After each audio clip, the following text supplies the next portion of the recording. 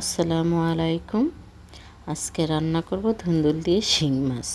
যদি আপনাদের কাছে ভালো লেগে যায় একটি লাইক করে দিবেন, কমেন্ট করবেন, সুন্দর একটি চ্যানেলটি সাবস্ক্রাইব করে বেল আইকনটি দিয়ে আমার পাশেই থেকে যাবেন। তো এখানে আমি মাছগুলো ভেজে নিচ্ছি।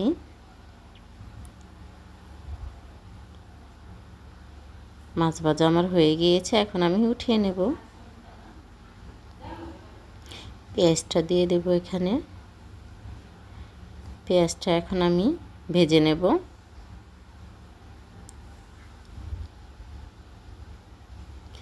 এখানে এখন আমি আদা রসুন বাটাটাও দিয়ে দেব পেঁয়াজের সাথে। কাঁচা গন্ধ যাওয়া পর্যন্ত আমি ভেজে নেব। অফ ক্যামেরাতে কিন্তু আমি বাকি মশলাগুলো দিয়ে দিয়েছি। এখন আমি মশলাটা অনেক ভালো করে কষিয়ে নিয়েছি, দেখেন উপর থেকে তেল ছেড়ে দিয়েছে। এখন আমি এখানে ধুন্দুলটা দিয়ে দেব।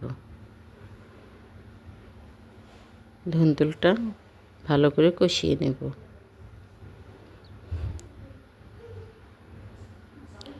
এখন এখানে আমি মাছ দিয়ে দেব।